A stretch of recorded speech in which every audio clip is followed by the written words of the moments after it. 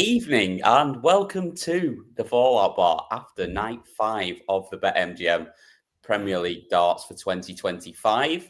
Tonight we were in Brighton, although you wouldn't have really had any clue where we were, considering that most of the feed wasn't on for the first 4 games as we got cracking. It was not the finest night from the Sky Sports crew, but it was a pretty good night on the hockey, wasn't it, boys?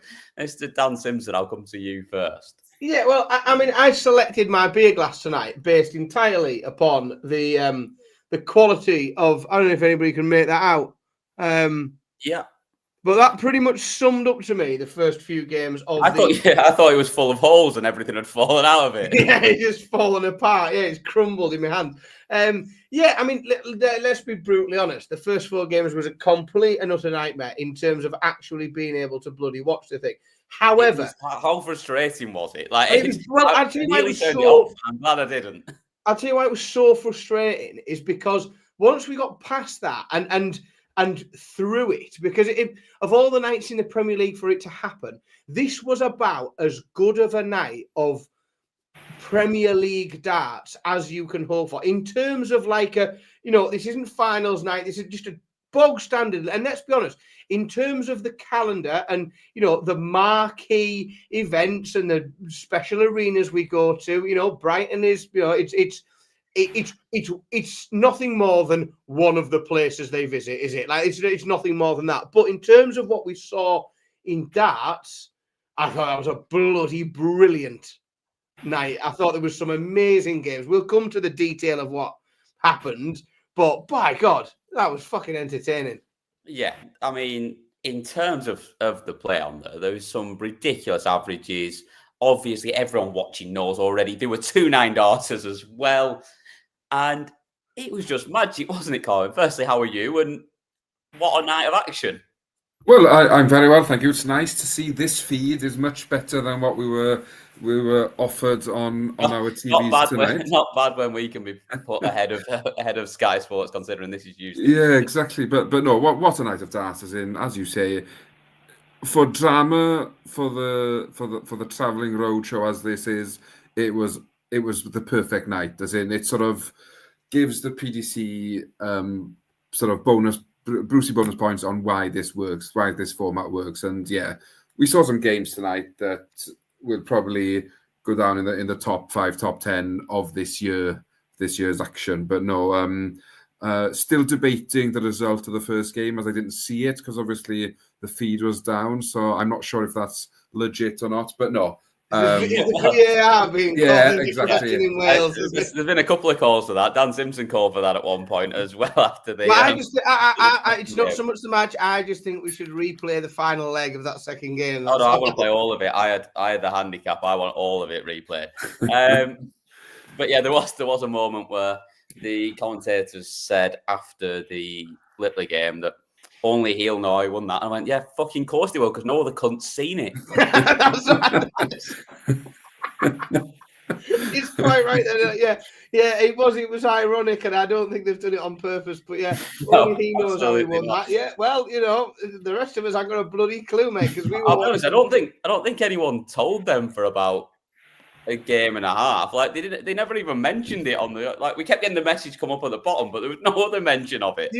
The only thing I've got to say, and I did put in our little WhatsApp group, is that we did keep getting relentlessly treated to what I think is a very nicely produced package, which is the Sky Sports March advert, which has been beautiful, isn't it? Gorgeously set to some Luther Vandross. That is no, don't get me wrong. Once you've seen it 6 or 7 times and you know that there's a deciding leg going on, it's not as enjoyable. But what a lovely little bit of ident that is. I think that's gorgeous. Yeah, that and the wonderful irony of every time that they tried to apologise for the feed going down, it went down during the apology. Oh, mate, chaos. And what I enjoyed, and yeah, Dean's mentioned it in there. I do enjoy manifesting chaos, and chaos is something that I enjoy as a spectator sport. And because in my head, as someone who has been privileged enough quite a few occasions to be, let's say, behind the curtain at big darts events, and because all I could picture in my head was the level of. I'm glad you followed that up with at big darts events and not just you hiding behind the curtain. Just behind curtains, but no, just the level of panic and anger and rage and fury and running around and people furiously plugging things in and turning things off and on again, swapping them and round. someone just shouting down the phone, "Turn it fucking off and on again!" And I did all of that just pictured in my head. Did give me a little chuckle. But yeah, by God, what a bloody good night of darts that was. It sums up. There are lots of people critical of the repetition of the Premier League, and what I would say sometimes to it, and tonight I think is a good proving point for it, is that if you place 8 players that are arguably, box office entertaining players that have the potential to do special things, if you put them on the television enough together, every now and again the stars will align and you'll get a night like tonight. And that's law of averages, says over the course of a Premier League season. We might get absolute dross for the next couple of weeks now. But that was fucking brilliant. Yeah, tonight was fantastic. Evening to a few people in the chat room, give you a shout out. Shelty's in, All Boxed Up's in, as is Nicholas, and Preston's in as well. A few others in. Anthony, evening. Always good to have you in as well. And loads of other people in. But yeah, it's busy all night, isn't it? It must have been a special night on the dance. Well, maybe people didn't know what happened. But I don't want to just throw up random bits of conversation because it'll just confuse everyone. So unless you said hello, I'm not showing you up on the screen. And we'll start. We'll come to you, Carwyn, Welsh correspondent, as ever. This was probably the worst game of the night, I'd say. And fortunately, we didn't see much of it. So talk us through this one. Well, it was sort of, for the first time in a long while now, it sort of felt like Price of last year's Premier League was back, where his heart didn't seem in it and he just sort of went through the motions. Maybe he knew the feed was down and he didn't need to play up to the cameras and what have you. But yeah, just a case of 3 out of 17 on the doubles. That's a good point you make with the feed. Was the feed going all belly up on the screens in the arena? No, I know that it wasn't. Nor was it on all of the internal television. So if you like, everything that's seen by the press, the media, the comms people, everywhere else it was the external feed, if you will, where the issues lie. Yeah. So someone had twatted the satellite, hadn't they? Like, yeah, without a doubt, someone's gone out for a cig, tripped over a cable, and it's come out, hasn't it? Like that's like something. Yeah, but it just I don't know, Price. I wouldn't say worrying because he can roar himself back up next week again. But it was just glimpses there tonight when tops and tens were failing him. That is he starting to lose interest? I hope not, because it's bloody early for him to lose it. But I'm not sure it was so much him losing interest. But yeah, the doubles definitely failed him tonight. Like 3 from 17 is not going to get it done very often, and they were all missed at big times. He had opportunities where he probably should have been ahead, sort of 4-3 in this game, and he was sat there behind at 5-2 down. Yeah, I think it was tonight. I think was a real opportunity missed for Gerwyn Price. We've seen a real uplift in form recently from him on what we saw in the Premier League last year. We did the show last week and Live Lounge Monday. Lots of people were picking him to make the semis or make a final. Plenty of people picked him to win tonight because of the recent form. And I think with him, he went into tonight in third place, playing the player that was in fourth place. I just think it was an opportunity missed. And if he could have got, I also think because of the type of personality that he is, if he could have got through that opening game, that he could have fed off the energy of everything else that was going on in terms of the twisty games and 9-darters. And I think he could have really done something today. And he just he lost with a bit of a whimper. I don't want to downplay, Michael Van Gerwen, but he's chucked 2 180s. He didn't play that well, did he? He's chucked 2 180s. He's only done 33. He's 33% on the doubles himself. He's had 18 darts at the double, pinned 6 of them. He's played okay. And sometimes that'll get you through a game in the Premier League if you're lucky. But for me, more so than a good win for MVG, I fear it was an opportunity missed for Gezi Price, because that certainly at this point where he was in third and he's still reeling a little bit off that night win and the upturn in form, but that midfield is becoming a little bit more packed, especially, and we'll get to it later on, but Aspinall having a bit of a run to the final, that Cross doing well, that mid-table is becoming tighter, and Price has sort of allowed himself to be sucked back down into it there. Yeah, it feels a real chance for him to sort of stay ahead, wasn't it? Go on. Yeah. Yeah, I was going to say, it felt a bit like both players were waiting for the other to erupt so that they could feed off that. And neither really did. Yeah, no. It's a bit flat. And it also, let's be honest, it was a flat watch, because it was arguably the flattest game of the night, coupled with the fact that the viewing was constantly interrupted, which, I'll be brutally honest with you, by the end of that game, I did not hold out great hopes for the rest of the evening. I was thinking, Jesus, we're going to have to, this is going to be a tough hour show later on tonight. Midway through it, I just went on the board myself. I still had it on, but I'd given up. I'd turned the sound off, and I just thought, I'm not going to bother for a bit and see if it just... I thought by game 4, it'd just be us 3 sat on here with live scores on, just chatting about what we thought was happening. Yeah, we could have gone live at that point, to be fair. Maybe if it goes down again next week, we'll do that. Yeah, that's the backup plan. Second game of the night, and obviously we went to the Wales correspondent on the first one. We'll come to the North East correspondent for this one. Luke Littler, we're feeling like he played really badly in this game and missed a lot of opportunities. Still averaged 98 and got it done with a 110 checkout to finish it off. But 6-5 winner over Chris Dobie. This is another opportunity missed here, wasn't it? I'll tell you how I feel about this, right? And I'm going to, and a lot of people won't like this. I'll use a football analogy, right? As a Newcastle fan.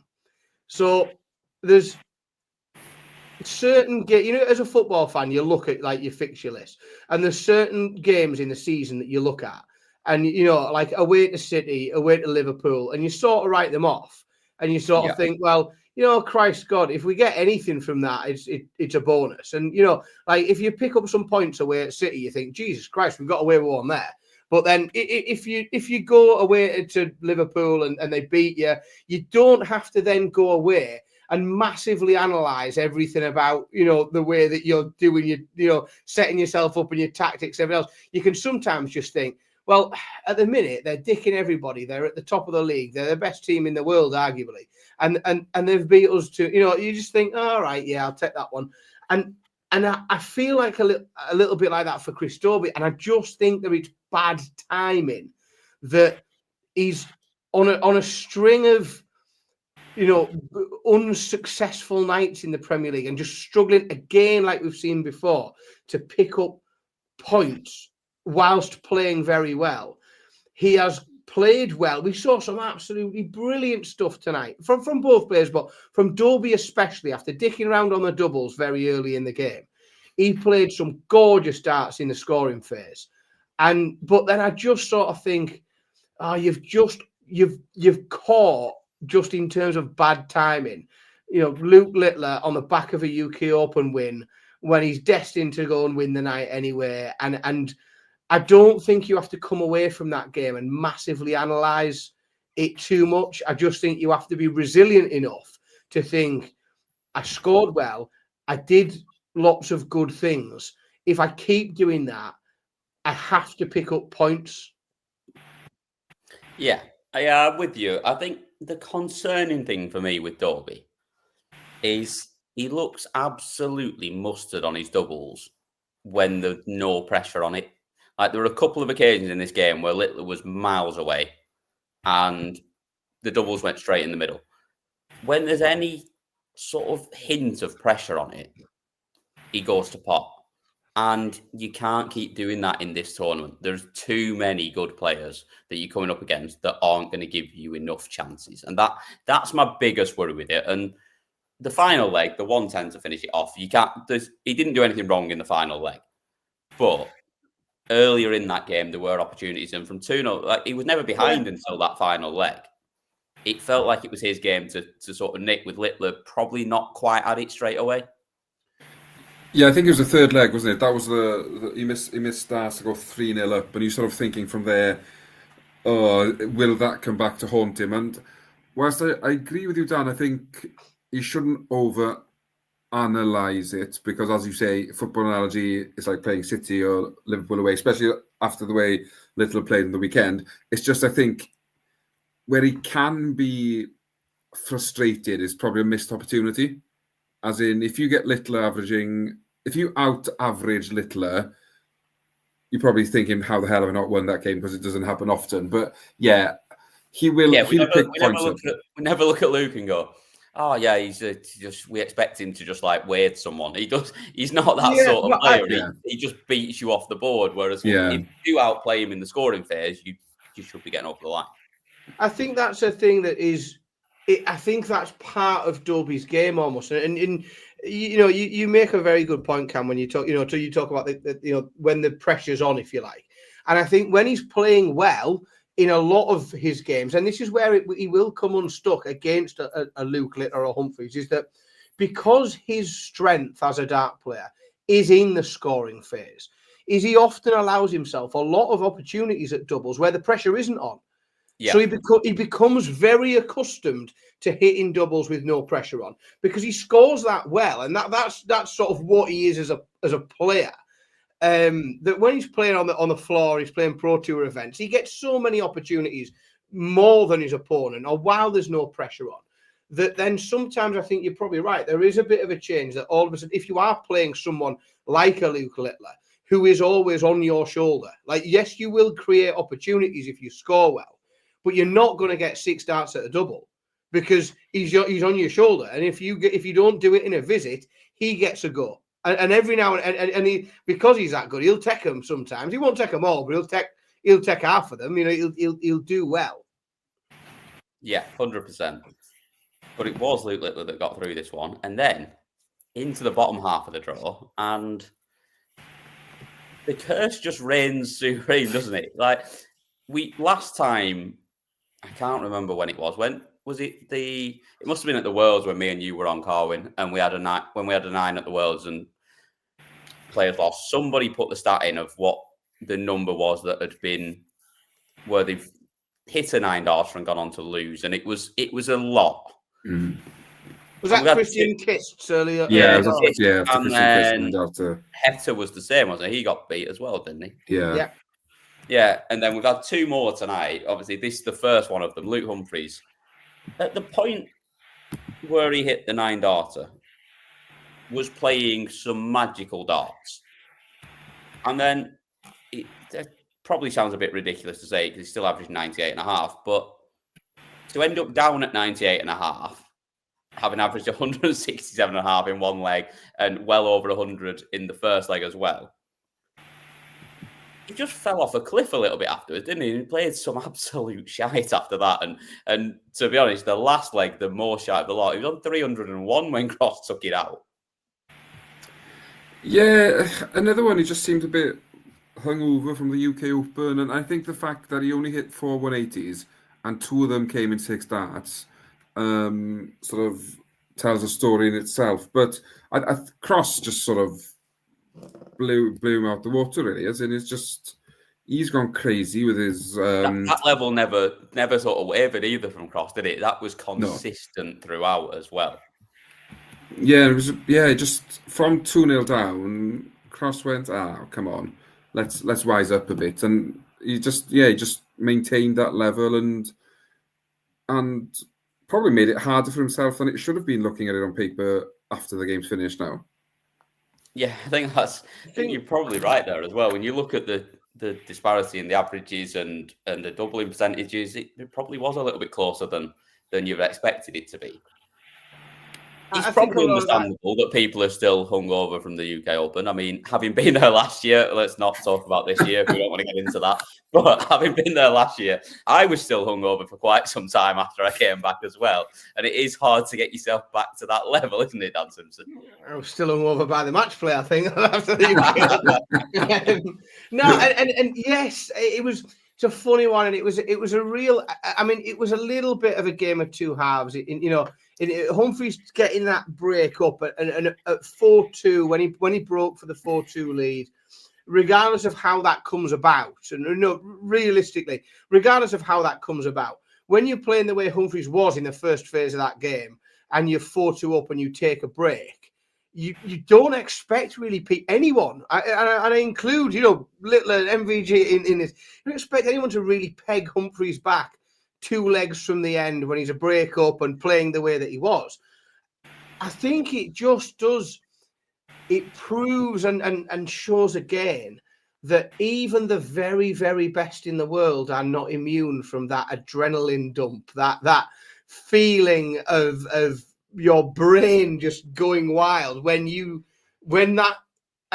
think it's different. I think it's a different thing to hit a 9-darter certainly on the floor, and then maybe in a venue like like even maybe the Winter Gardens. You got a couple of thousand people in there, and then in a big arena where everyone needs a because there's beer being hurled all over and people are going absolutely bonkers.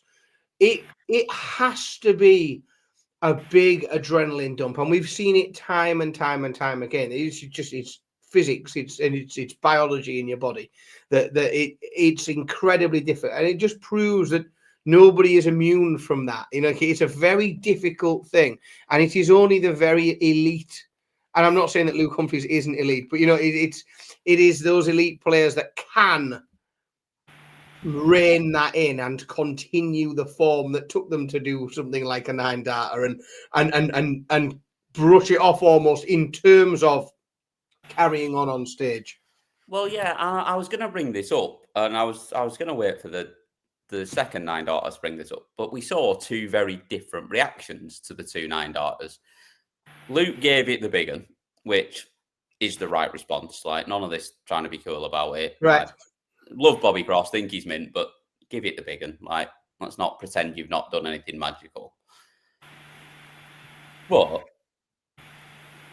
both of them lost the leg afterwards, regardless. And I think they were both breaks a throw as well, if I'm right. I'm not 100% sure on the second one. I'd have to double check, but the one for Humphries here definitely was. And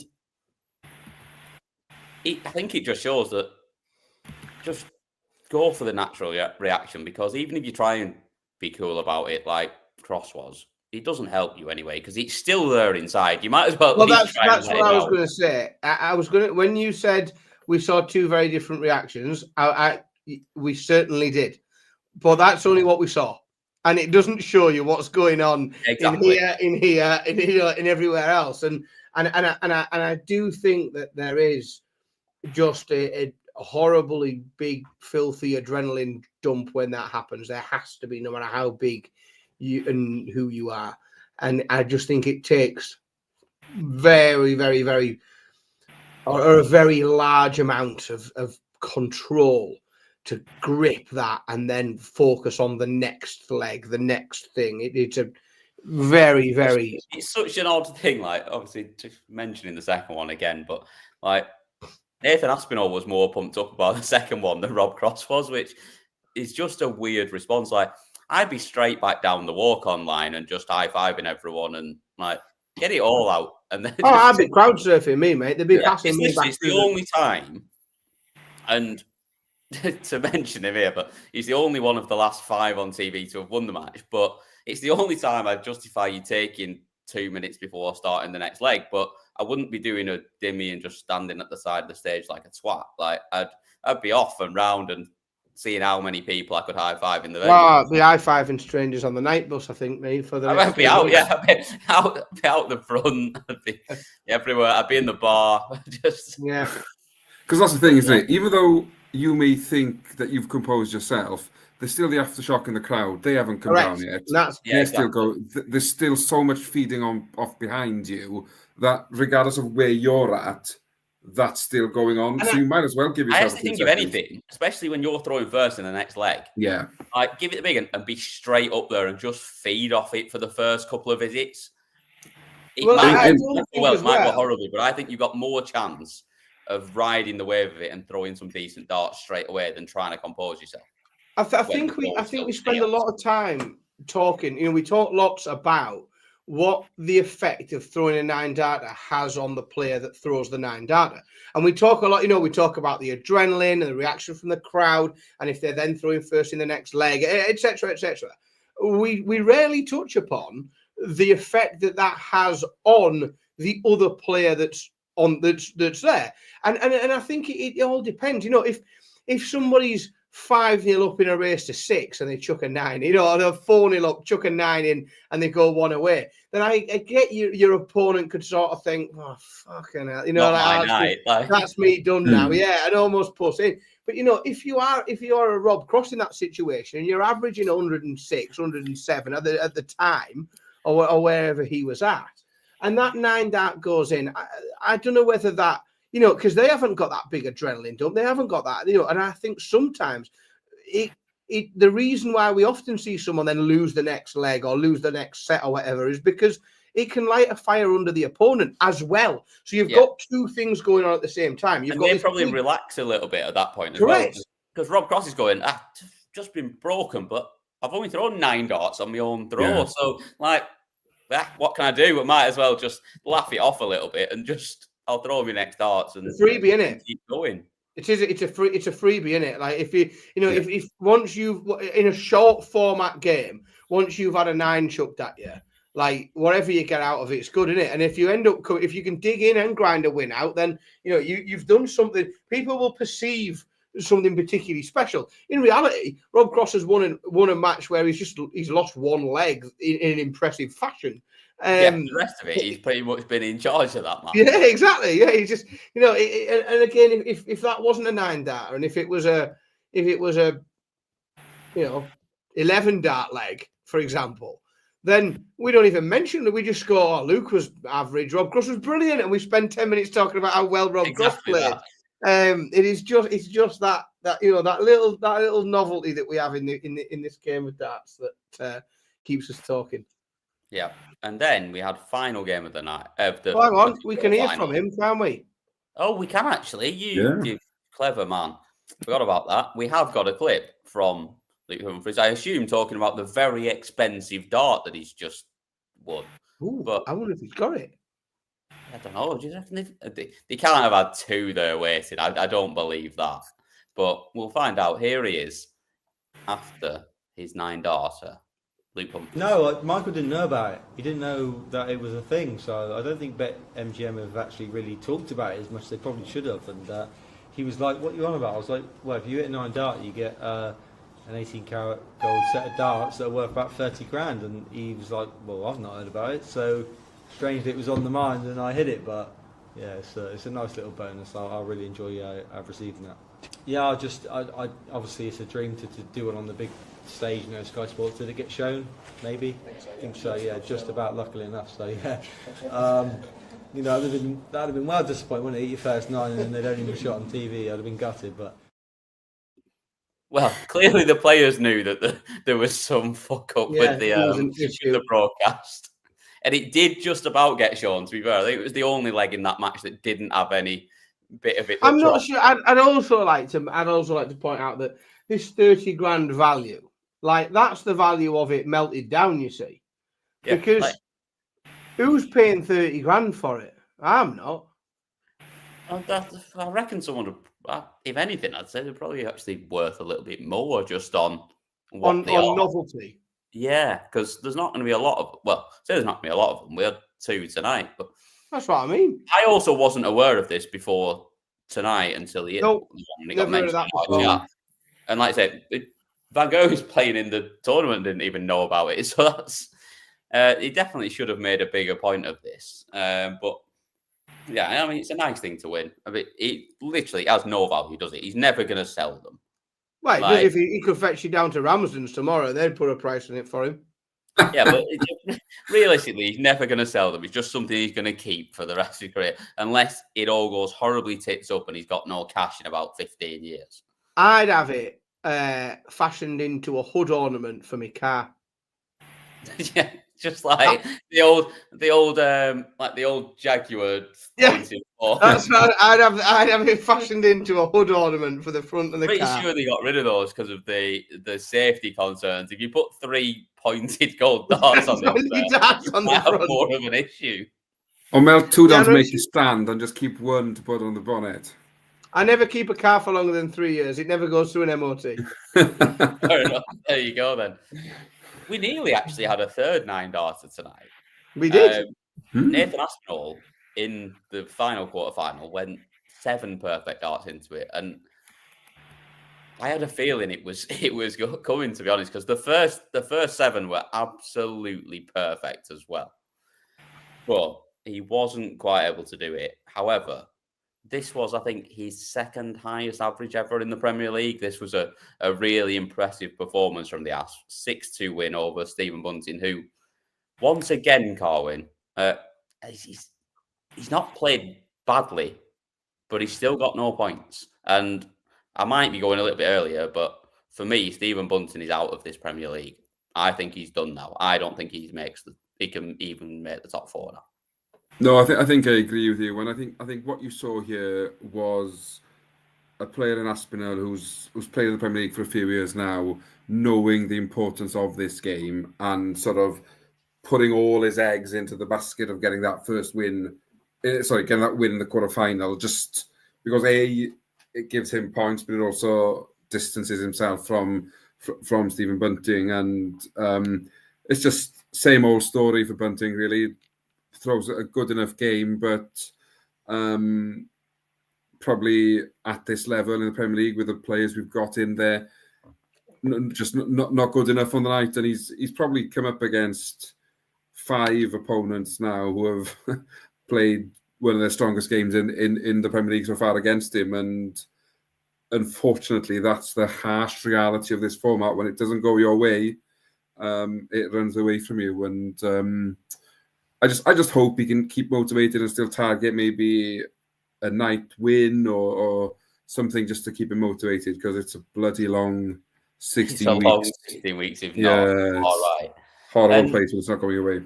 He mentioned it himself, the same thing you've just said there, that everyone's played really well against him. And he was trying to sort of use that as a positive before the game. Like, I'm not really doing anything wrong. I'm not playing badly. I still think I can do well in this tournament. I still think if I keep doing what I'm doing, I'm going to pick up wins.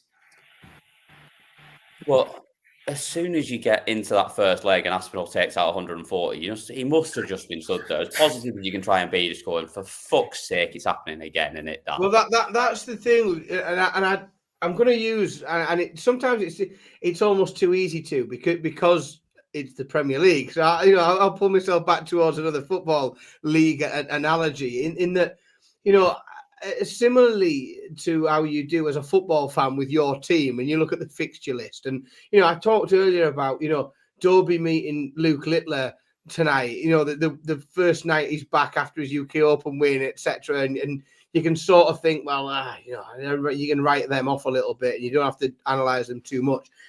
I would have thought that very early, week 2. If you're Stephen Bunting and you're looking at the fixture list, you're looking at how everybody else is playing and who you've got to play against, tonight is one of the nights where you would think he's probably targeted picking up some points. You would assume that a few weeks ago, coming into the Premier League, he's probably thought, Nathan Aspinall, I'm probably playing a bit better than him at the minute. I'm in better form, and I don't. You might think that when he's had a rough few weeks and he's not been able to pick up a win, but he has had, he opened his campaign against Luke Humphries. The last 2 weeks he's played Luke Humphries and Luke Littler.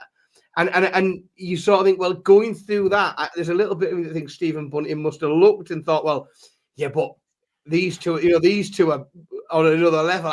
I'll be able. That's a much more achievable game again. I can get some points, and I think this one could really suck something out of Stephen Bunting. I think that could be a tough loss for him because, like I said, he wasn't edged out of the game. He was comprehensively done in every single metric in this game. He was really outplayed. The doubling from Aspinall was better than we've seen from him from such a long time. It was so clinical. Like the 106.5 average is brilliant, but it's so much more impressive, and it's a much more impressive watch when he's going 60% on his doubles. When every time he throws a dart at a double, he's got more than half a chance of it going in every time. Like it was clinical, ruthless performance. And that's what we've seen. We've seen Peter Wright go through it, where he just keeps bumping into ruthless players that aren't allowing him anything. They won't let you average 95. Well, they know that you've got to beat the guy at the bottom of the table. Like, you can't be dropping points against the guy that's not picked up any points yet. You have to be winning those games. And Asp just looked like he was in that zone tonight. And we talk so much about he's a battler, he's a fighter, he's a scrapper. Like, he'll get embroiled in a game, but he'll come out on top. This was none of that. This was just him showing levels that he's got as well. And I was really impressed with this performance. I feel bad wanting to sit here and write Stephen Bunting off completely at this point, because he could go and win the next 2 weeks, and then all of a sudden he's in the top 4 and it's completely different. But I just don't see it at the moment. I'm just not sure where that's going to come from for him, because it felt like towards the end of this game that the confidence had been sucked out of him, and that he was looking at this going, it just keeps happening to me. But in his defense, like you've got to find something. You've got to do something yourself and make it. And I almost feel like it's a bad sign for the players, and specifically Damon Heta, who's making a massive play at the moment, to be big on socials and is doing a lot of interaction with the fans on socials and daily dose of Damo, which is a great watch. And like, I know he might not be, he's not your favourite player, Dan Simpson, but I'm a huge fan of it. I think he's great. He's just not my biggest fan. So it's very, it's just that the affection on that is very much one way. I think he's great, and he thinks I'm a topper. I think that's that's the dynamic there. I'm really enjoying it every day. Like, it's become a daily thing that I will make a point of watching it every single day and what he's done. But Stephen Bunting has got in this Premier League partly on his play, because he is where he is in the world. But if it wasn't for his social media following and his presence online, he may well not have been picked for this Premier League. And it's got to be a worry for those other people now that, like Damon, who are trying to boost everything else that they bring to the party, as well as being good at darts, that they're going to look at this next year if he goes and ends up with a duck egg still at the end of the season, that no, we can't just put people in because they're big, because it doesn't make for a good product. What I will say in his defence is that I've looked back at his 5 weekly results. Only one of his opponents has averaged less than a ton against him, and that was Cross in week 1. And as a collective, the average against him is 105.82. So, that is a statistic, Carwin. Well done. Lovely. I like that. But to be fair to him, yes, but Stephen Bunting is more than capable of averaging 105 and above, and we've seen him do it multiple times. He needs to find that level himself, because you can't just keep going, well, they were just better than me and we got beat. Well, yeah, great, but you've still got no points. That's what Southampton keeps saying in the Premier League this year. Yeah. They were much better than me. I've been saying that. Yeah, we've played really well, but we got slapped again. Like, I'm always saying that, but at some point you've got to start winning games. Correct. He's not winning next week again, though, is a problem for him. The Welsh correspondent strikes Yeah, again. When those playing- I was going to say, I've not even looked ahead to next week's fixtures yet, but I don't need to because You don't need to. Carl Evans in his red and white Welsh rugby shirt has given it You away don't straight need to- away. Yeah, you don't need to research that one. But I do think he's right as well. That's the problem. Semi-final number 1. And this is just what we've seen every single week from Michael Van Gogh, except for last week where he lost in the quarterfinal. But he plays well in the first game, does well enough to win the game pretty comfortably. And then he plays fucking shit in the second game. Like, I don't know what happens between that first and second game for Michael Van Gogh in that. Yes, Luke Littler's played really well here, but Michael Van Gogh was awful. What's happening, Dan Simpson? What's changing? It's genuinely difficult to square off, and I don't know because like you say, it's not just that. Like it's not just that he's getting beaten. There is a consistent drop in form. You know, the quality of the darts that he is throwing is much lower in his semi-finals than it is in his quarterfinals. And if it was another player we were talking about, if it wasn't Michael Van Gerwen, I'd be saying, do you know what? Like this is their tactic. This is what they need to do. You know, and if we were talking about a Dobie, a Price, a Cross, pretty much anyone outside of the Lukes and Michael Van Gerwen, I'd be saying, as long as they keep winning their quarterfinals, they'll make sure that they're there at the end. They'll be up the league. They're picking points up regularly. But we know the person, the character, the competitor that Michael Van Gerwen is that he has absolutely no interest in just picking up points from a quarterfinal. Is that he wants to win the night every week. That's it. Yeah. He is that level of competitor. But and the problems we've seen him have over the last year, 18 months or so. Like I remember almost this time last year, Cam, you and I were in Exeter for the Premier League watching him, and that action was like all over the place. Like that was the time when we were at Exeter when it was the wrist was all over. There was a big break in the wrist. It was all over the place. And then you can sort of say, well, yeah, there's a problem there. But at the minute, It looks Premier much League, better. it He just looks seems like he's throwing a lot better at the yeah, moment. technically he looks fine. Like, let's be honest, we know the occasion isn't getting to him. Like, 'cause I mean, not being funny. It's just a huge dip. It's almost like he gets really up for that first game. Yeah. And then just can't find it again. It slips And away. we've all sat here and gone, we think this format's a bit shit and we prefer the old one. But is it almost like Michael Van Gerwen's protest at this point that like, yeah, I will win my opening game. once I will a get night. to finals night. Okay. Yeah, I want to play just once a night, just have a league, bring draws back because draws are just better, and we'll just, and I just want to do that, and then we get to finals night, and I'll just win it. Like I can't think of any other. I can't think how someone as experienced and as good as Michael Van Gerwen is can't manage to get himself up for the second game, Carly. I can't think. It baffles me. I've got no comprehension of what it could be.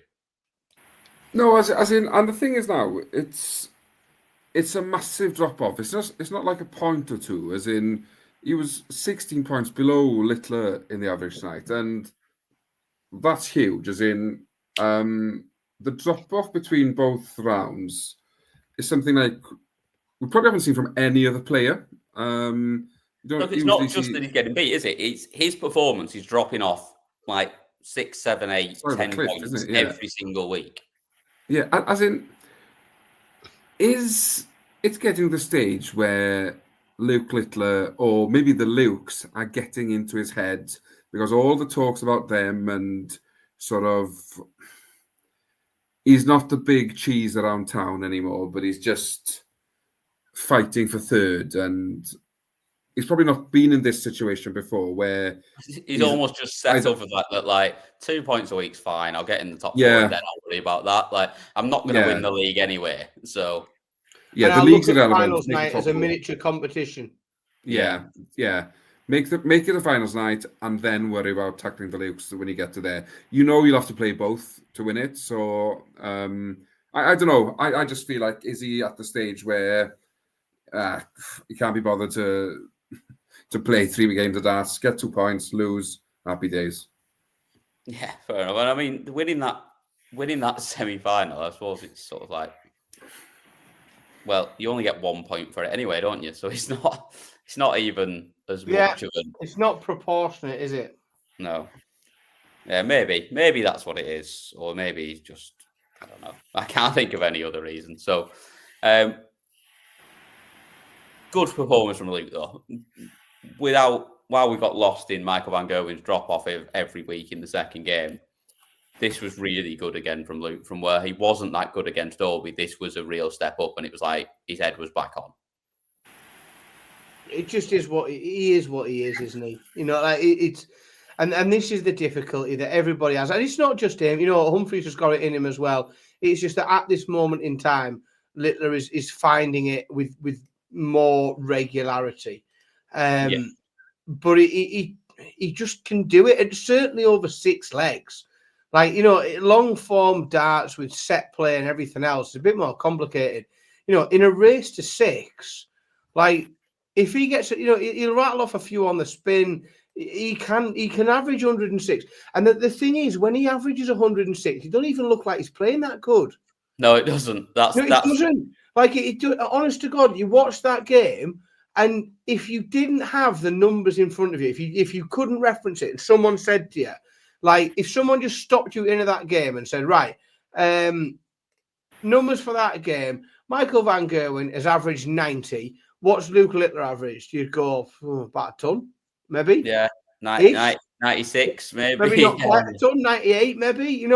And he has this remarkable art of making incredibly good darts look run of the mill, and again, it's against, we forget sometimes that we're a little bit spoiled because Michael Van Gerwen hasn't had an amazing couple of years, but we sometimes think, you are watching one of the greatest players who's ever played the game get slapped about by an 18-year-old kid. Yeah. And the novelty for me often is still there. And I know for many people who are newer to the game, or maybe, it's easy to forget that. And it's easy to sort of forget that, God, that's impressive. He didn't look that impressive. You look at the numbers, you think, he's 40% on his doubles. He's averaged 106. On most days of the year, that beats any other dart player on earth. Yeah. Well, this is like a point from Bob here that, like, it doesn't want to show. There we go. It's having a moment there. The stream went down for a second there. I didn't want to do what I wanted to do, which is very much in theme with the rest of the night. 200th Premier League match for Michael Van Gerwen this evening. And we're looking at it, and we're looking at Luke Littler, who's 18 years old, coming up against someone like that. And he's just not fazed by anything. He just doesn't. And at 18, he should be absolutely shitting himself playing against someone that's played that many Premier League games, but he just doesn't. And that's why he is as good as he is. And he's averaged 106 and scored 0 with 9 darts because he missed 9 darts of the double. Yeah. Pretty much a leg. Bonkers. Best part of a leg, not scoring. Nothing phases him. He's such a grounded young man as well. It's disgusting how right everything is going for him at the moment. Yeah, but it's all down to his own absolutely success. Yeah. The game has gone. Like, the game's fully gone at this point. Like, it's not the game that we grew up watching. This is it. This is just, he's taken it to another level, and just all of the credit to him for that. Yeah. Second semi-final, and this was prime Nathan Aspinall. We talked about the first game against Bunting being him showing the levels that he can go through. This was mid-90s, scrappy's way to a 6-5 Nathan Aspinall against a Rob Cross who averaged 107, had a 9-darter along the way. Love the Rob Cross way to go on the 9-darter.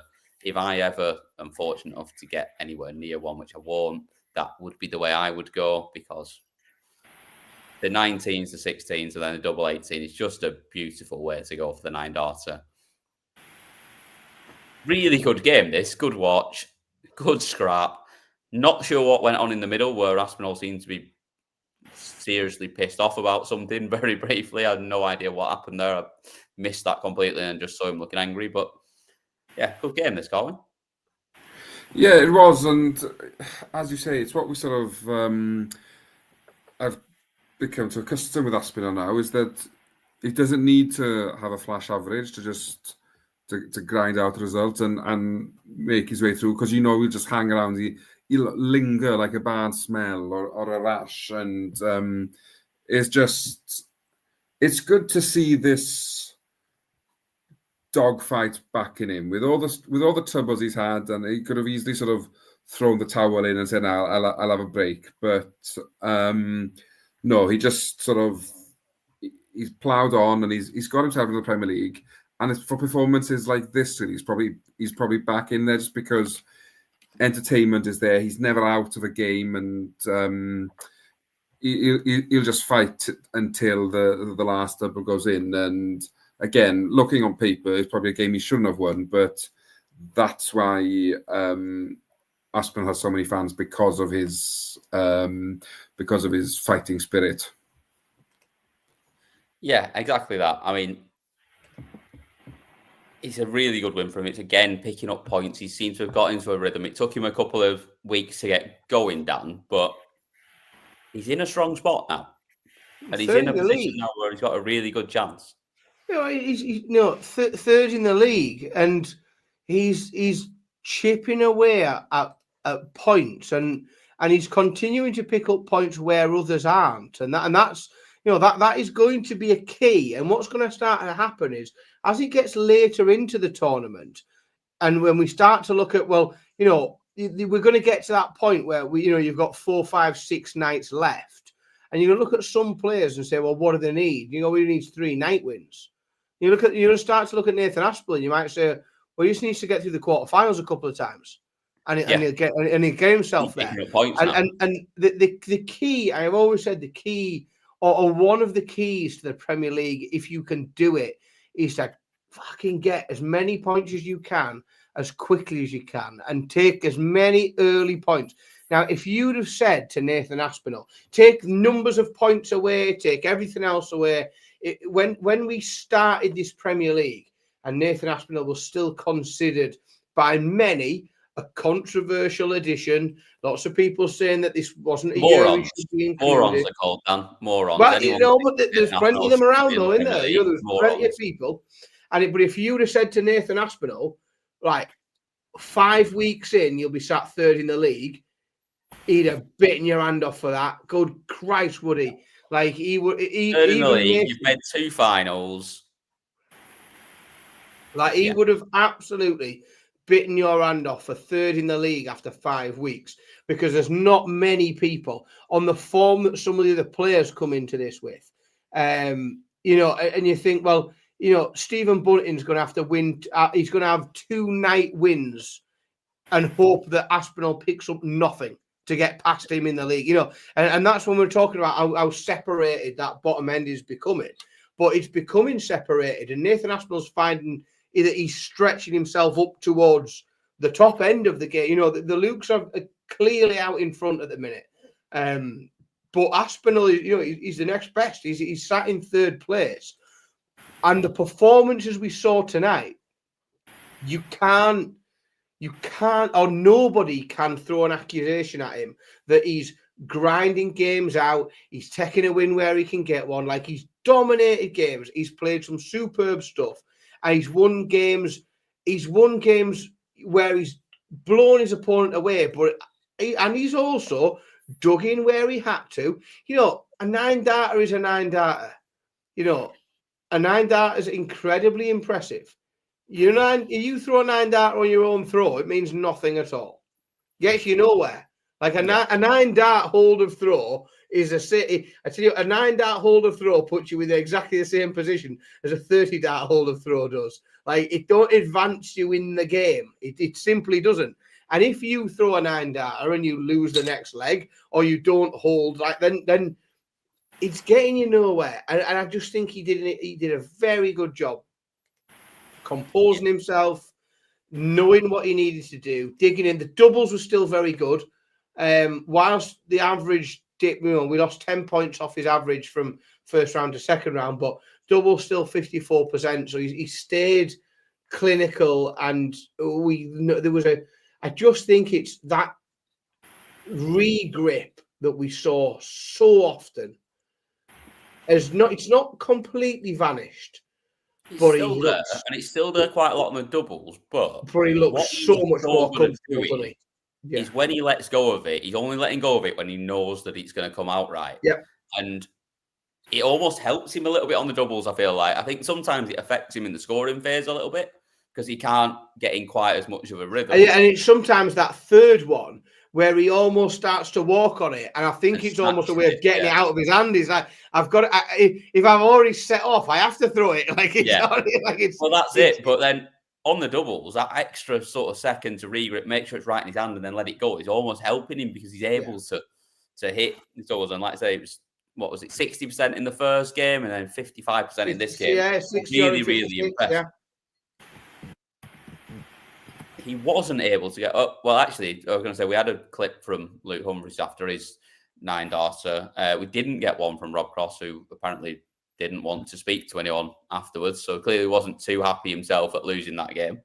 Or he had somewhere to be. I don't know. Either way, we didn't get a clip from Rob Cross. So we were straight on to the final, and solid performance from Luke Littler in the final, Carwin. Not like the completely lighting it up like we know he can do, and it was steady again from us, but he just can't find a way to beat Luke Littler, can he? Whatever he does, he just can't get past him.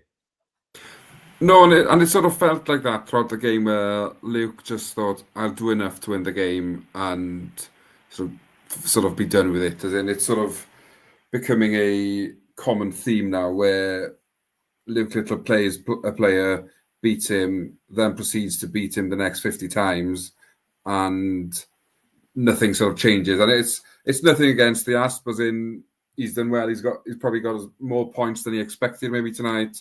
He's come up against the informed player in darts, the player who, if he threw with one dart, I think he'd win 50% of his matches.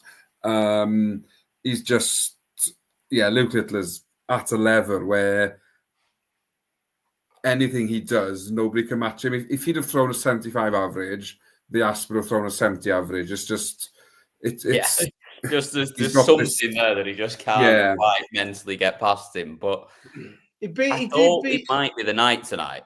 Like when he leveled up at 3 apiece, when he broke him to level at 3-all, I just thought this might be the one. And then he had an opportunity. Was it 99, something like that, to go in front for the first time in the match. And he wasn't able to find it. And I think that from there on in, he didn't really get a look in. Well, believe it or not, and this will make you fall off your chair. I've done a bit of research on this. Do you know when that? Do you know what's happened? Yeah, You've not been made redundant, have you? Where do you think was the last time that Nathan Aspinall, and this was, so Luke Littler has won their last 8 meetings. Tonight was the 9th meeting in a row that Littler's won. Where was the last time that Aspinall beat Littler? I know it was in the Premier League. Brighton, Premier League last year. Was it in Brighton? Yeah. Correct. I knew it was in the Premier League. That's the only time he's beaten him, isn't it? Literally a year ago, literally a year ago. So Aspinall beat Littler last year in the opening round in Brighton. And that is the last time for 9 meetings now after tonight.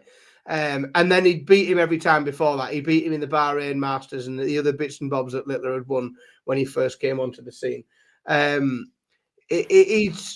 don't buy it. What I'll note is a little bit that I extracted from tonight. I was a bit, and I often moan about it, and I think both of you sometimes do as well. In the first few legs of this game, there was a little bit too much high-fiving, fist pumping, out with best mates, and then all of a sudden that changed immediately when Littler went for the ball, and the commentary team got loaded up on it as well, saying, "Well, Aspinall won't like it," and I thought, "Oh, the commentary team are just doing what the commentary team are paid to do. The commentary team are painting a picture. They do a brilliant job of it." But then I thought, and then I watched the TV. I was like, all the fist pumps have stopped now. Yeah. Immediately with one visit, all the fist pumps stopped. Everything stopped until the very end of the match when there was a hug, where there was a long conversation. But even to be fair, asked for a second, like you could see his face where it was like sort of playful, but he was like, "Again, you fucking prick!" Like just like, and you can tell he's. I genuinely believe, like, I think he's the only player on tour where Asp actually is worried about who he's playing, and he's not worried about it, but it is in his head. Like it's in his head that he's not beating him, and he's like, "This little knobhead just keeps beating me over and over again." And they're clearly good mates; they clearly get on, but he's starting to wind him up a little bit. Yeah, it has to, doesn't it? It has to, because it's becoming a habit.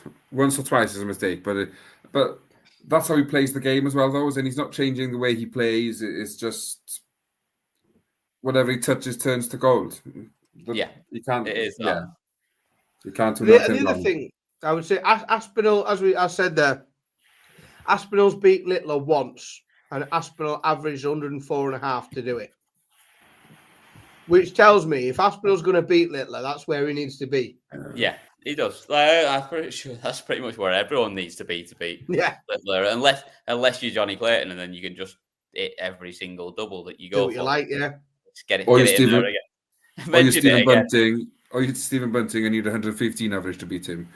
Yeah, that's it. But Stephen Bunting can't beat anyone at the moment, so that's irrelevant. So, but I think for Aspinall, as in, at the moment, his sort of battle isn't against the Lukes. His battle is against everybody else to make the top 4. Yeah, and he's winning. Worry about the Lukes on finals night. Get to the finals night first. Yeah, 100%. And he's winning that battle right now. That's it. He's winning that battle at the minute. He's in pole position because he's in third, isn't he? And that's exactly key position. Yeah, we did hear from Luke Littler after the game. Phil Barr's just the hardest working man in darts, has already managed to get this clipped up and get it in the back end for us, which is just fabulous work as ever from him. The full interview, along with the one from Humphreys, will be on the channel for you to watch after you're done listening to us. But we'll listen to Luke, and then it is predictions time, and it's time for you to get involved. So if you haven't already, click the subscribe button, otherwise you can't get involved. Give us a like, but we will come to that on the other side of your night 5 winner, Luke Littler. I think it was a pint through. Oh, what, from the 9 out? No, at Nathan. Oh, Nathan. As soon as he Okay. came on the stage. So crazy. Well, I think we all know some have been good, some have been a bit bad, but that's the dart fans for you. They're either good or they're either bad. I didn't hear that. Can we play No, it neither again? did I. Should we listen to that again? Because I didn't let's have quite it get it. again. I'll turn my volume I up. think it was a pint through. Oh, what, from the 9 out? No, at Nathan. Oh, Nathan. As soon as he came on Okay. the stage. So crazy. Well, I think we all know some have been good, some have been a bit bad, but that's the dart fans for you. They're either good or they're either bad. Yeah, so someone chucked a pint Through a at us, pint. apparently. Which is not good. Guilty. We don't want to see it, but if he's a bit faster, he could have grabbed that and nicked it. Well, again, I don't want to. It's a boring conversation to have, isn't it? Because you immediately just put them in the same category as the Whistlers, where I just think, well, somebody should immediately grab them by their feet, drag them out, and hurl them into the street. And what I would go as far as say is it's a lot easier to pick out someone that's thrown a pint than it is someone whistling. Correct.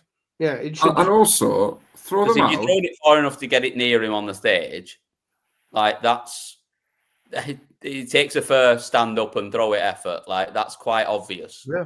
Yeah, first off, throw them out for wasting an £8 pint, then throw them out correct. for throwing the Cost of pint. living crisis. Oh yeah, throw them out, bring them back in, and haul them out again. Yeah, exactly. Wasting Haul them out beer. twice, make a sport of it. Yeah, quite right. They should have to buy a round before they leave as well. Yeah. For If us, you've got £8 to chuck away, then they should. Yeah. Um, Silly behaviour. So, before we get on to predictions, the table as it stands right now, and as we know, we'll start at the bottom and go up. Stephen Bunting still on 0 points after 5 weeks. It doesn't make pretty reading. What also doesn't make pretty reading, Mr. Dan Simpson, is Chris Dolby on 3 points, just above him. He's not bottom though, is he? On week 1. So it's not a good run for him either. But he's not bottom, and Points a in the quarter final for Stephen Bunting doesn't help him, so we're all right.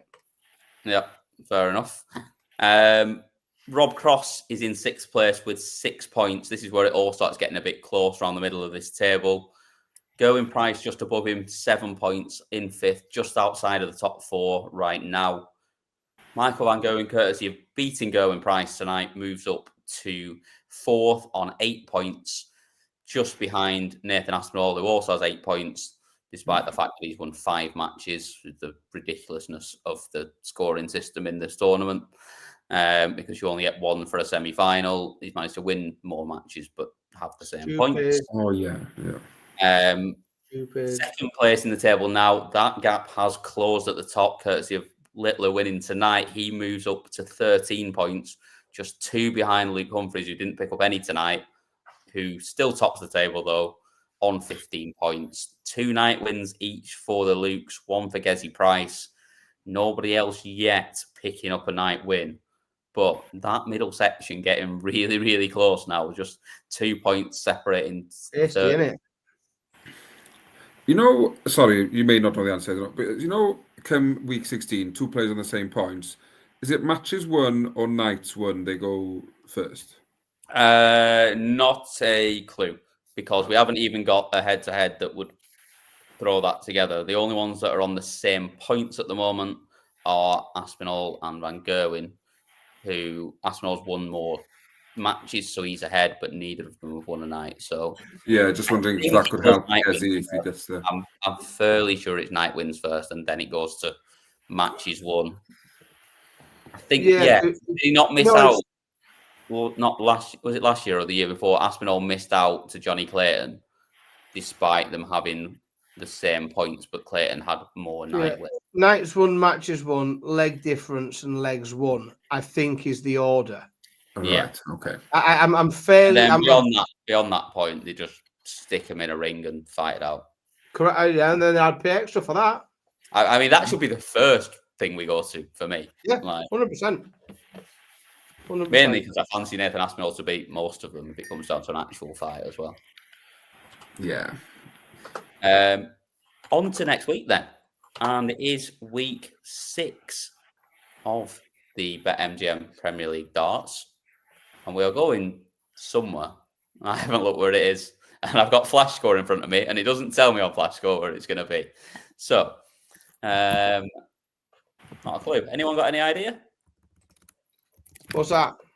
Where we are next week? What, location-wise? Nottingham. Oh, of course, it's Nottingham. We were talking about this beforehand. Yeah. I had Flash Score in front. Flash Score doesn't tell you, but yeah, we are in Nottingham next week. Good arena. Is it still the Trent FM Arena? I don't know what they call it these days, but it is. Call it the Motorpoint Arena these days. Really shite. I don't know why. Clearly, they've paid to call the Trent Arena the Motorpoint Arena. Yeah, it's the old Trent FM Arena last time I went, which is quite a number of years ago now. But it's a good arena. It's a nice little venue for darts. And we start off with the world number 1 and the world number 2. Last two Casual world affair. champions, Luke Humphries against Luke Littler, opening the night up. Dan Simpson, I'll come to you first. Where are you going on this one? Well, just keep getting. Actually, do you know who keeps doing me in at the minute? Is it your lack of predicting wine? Because I've got some. Do you know? I've got a bottle in the kitchen, but to be honest, I just didn't bring it in here with me, and I didn't want to walk off the stream, so I'm still on. I still want the fact that the clip was only 18 seconds made it a little bit difficult for you. Yeah, that was the problem. I was going to go and grab some wine for the Littler clip, but no, I've gone the Sal de Mer, the sea salt. Oh, it's a beautiful drop. They've got it. They've got it on tap in California Coffee and Wine down the road from me, which is a lovely little bar. They've got that on tap, and it's fantastic. Well played. I keep getting let down by Luke Humphries. Something goes wrong for him, and things keep going wrong for him, and I keep saying he'll get really pissed off by that, and he'll come out and average 106 and dick somebody, and then he keeps not doing it. But a broken clock's wrong twice a day, so I'll stick with it. And I think the broken clock's right twice a day. It's just wrong many times. Correct. Oh, yeah. Yeah, well, I'll be wrong more than twice a day then, I suppose. Yeah. I'm going to go Humphries for a win just because, again, if I say it enough times, sooner or later it'll happen. I keep predicting it. Absolutely. Humphries' big win, angry performance, pissed off that he threw a 9 and got beat and comes out firing, just catches Will he play with the gold darts? No. No, I don't think really. No. They'll already be in Ramsden's. Be in Ramsden's window by next week. Go on. What score did you go there? 6-3. 3. Carwin, which way are you going? Well, first off, I hope Sky sort their feed out, because if this is the first game on, we can't be having any glitches. It'll be fine in Nottingham. They've got like proper electricity signal and stuff. Yeah, they'll be all right. It's not by the sea. It's fine. I think Littler at the moment is untouchable, and an angry Humphries doesn't have it. I don't think he's got enough anger in him to beat him. Littler wins 6-4. I think I'm going to go with Dan Simpson on this one. I don't even think it's an angry Humphries. I'm not sure an angry Humphries is a good Humphries. I think maybe he just relaxes, and the fact that they're on first might help. I think he might just win this one 6-4. I don't think you get any wider than that against Littler, but yeah, 6-4 Humphries for me. Chat room, get involved. All boxed up is with Littler 6-4. Bob the same. Alistair's got it 6-5. Everyone's a little bit behind here. No one's really got involved.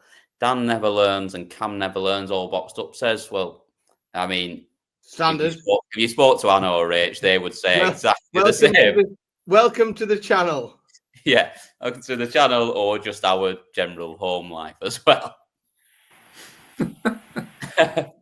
Second game of the night. Rob Cross up against Chris Dobie. I realised what I've done here is I've completely copped this up because I went to Dan Simpson first. And not only is this one now going to be wrong, but the next one's going to be wrong. So what I'm going to do is I'm going to give Dan Simpson first on the first two. So yeah, Rob Cross against Chris Dobie. Dan, how many legs does Chris Dobie win by? 4. 6-2.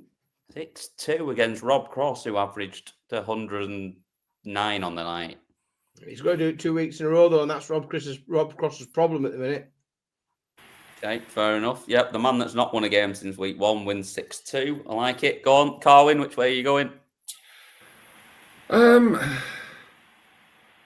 I think it's a game that Dobie can win, but just because Cross's scoring may let him down a bit. Okay, yep. The man that averaged 109 tonight, scoring's going to let him down. Excellent. You two have... Yeah, well, the thing how is... much line have you two had? He averaged 109, but he averaged 167 in one leg. Fair. Oh, does it? I don't know. This is a tough one. Stick to your guns. Go on. Yeah, Dobie wins 6-5. That's good. Both of you have gone for Dobie, which means I can look like the one that knows what I'm talking about. Rob Cross wins this one 6-4 because Chris Dobie can't hit a double when it matters. In the chat room, Bob's got it for Cross 6-5. Usually a good sign for me that to be on the same side of it as Bob. All What's Up's got Cross 6-4, and then Alistair has got Dobby to win it 6-4. Carwyn, your turn to go first now for the second half because we have got Stephen Bunting up against Gerwyn Price. I'll ask you the same question I asked Dan. How many legs does Gerwyn Price win by? I'm not quite as confident as Dan was because You told us 40 minutes ago that he was going to win. Oh, yeah, he's going to win. He's definitely going to win. That's not in doubt. Don't worry about that.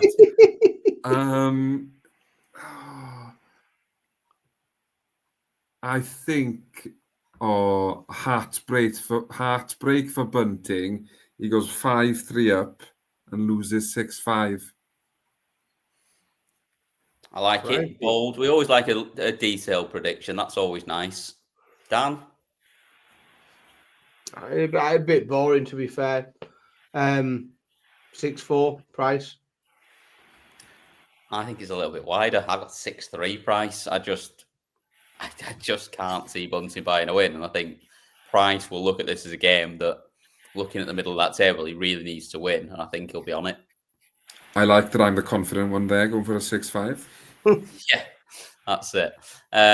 Bob's got Gezi 6-3. He's with me. Alistair's got it 6-2. And Whole Boxed Up has gone the Bunting to do a job on Price 6-3. I mean, you're all on your own with it. So I was going to say, it's a stretch, isn't it? It is, but sometimes it would be where you're all on your own. They work, don't they, Carwyn? Especially when you predict Johnny Clayton to beat Luke Littler. Yeah, and it would be very Price-esque to be the first one to lose to Bunting. He very much would. This is really the one that if he chucks in a stinker and gets beat by Bunting here, it may be that's where you may be right that he has given up on this year and decided that he's had enough of it already. Final game of the night. Not of the night, of the quarterfinals. Nathan Aspinall against Michael Van Gerwen. Carwyn, it's you first again on this one. Which way are you going? I think I want to go Asp, but I feel like I'd be going heart over head. MVG wins 6-4, I think. Dan, what is this carrot that you've got? You've been holding it there for a while. I'm gonna have to address the carrot in the room. It's a little it's Kevin the Carrot. You recognise Kevin the Carrot? Yeah, I know, but why? What is he wearing? Is he undercover or something? He's rock and roll, Kevin. Rock and roll, Kevin. I thought he was wearing the outfit that you wore to sneak into the seniors so that no one recognised you after the draw. Rock and roll, Kevin. That'll keep my kids amused tomorrow. That when they see Kevin the Carrot on the stream, I've robbed it out of Ted's bed. Fair enough. Kevin will pop up on the stream. I reckon we've talked a lot, haven't we, about he'll just pick points up again, won't he? I think that's all that happens. I think he picks points up once again, and Michael Van Gerwen wins 6-4. Another boring 6-4. But it's just Michael Van Gerwen turning up, playing superbly. He'll average 94 in the second round. Yeah, that's my concern with this game. But you've both stuck to your guns and stuck with your player, so I'm going to do the same. I'm going to go Asp wins 6-5. And that drop off from Michael Van Gerwen starts in about the 10th leg rather than starting in the second game. And Asp just gets over the line. Yeah, 6-5. Bob's got 6-5 for Asp as well. Alistair's got 6-4 for Asp. And MVG 6-5 for All Boxed Up. He did say earlier, to be fair, he stuck to his guns as well. He did say earlier in the chat that you just can't pick Asp to win because of the regrips and the issues. So fair enough, stick to it, but you are wrong. Aspinall will win. From your semi-finalists then, who wins the night and who gets beat in the final? Dan Simpson, you're up.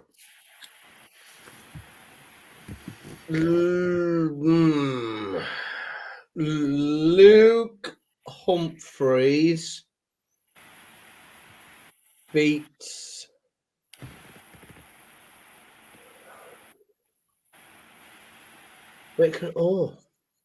I've backed myself into a corner here. You have. Because I've been adamant that Michael Van Gerwen, you know what I've done. That's all right. Yeah. You've worked out what I've done already. Yeah. You've worked it out before I have. Luke Humphreys beats Gezi Price. Gezi Price makes a final. It's the only way I can make my bracket work. Yeah, it has to be. Carwyn? Based on the fact that Michael Van Gerwen has a shocker in his semi-final, Gezi Price loses the final, unfortunately, to Luke Littler.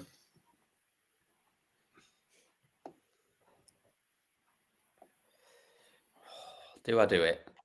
Am I going to do it? Am I going to say it? Well, you have seen a Welshman beat... You've called a Welshman to beat Littler before, so it wouldn't... I have, but Or did you go Humphreys? I went Humphreys, yeah. So it's not Littler. But I have also not got Humphreys making the final. I think Bobby Cross makes the final in that top half. Cool. Cheeky. And I can't decide who beats him. It's either Gerwyn Price or Nathan Aspinall, but I don't know which one I want. Sorry, Nathan Aspinall gets his night win, becomes the fourth player to win a night. Nathan Aspinall beats Rob Cross in the final next week. And nobody can accuse me of being biased whatsoever. Yeah. And that's us all done. And we did have a chat before, Dan Simpson, about keeping this relatively rapid because you've got not gone well, has it, Dad? Yeah, an hour and 23 minutes. It's solid. Not gone well.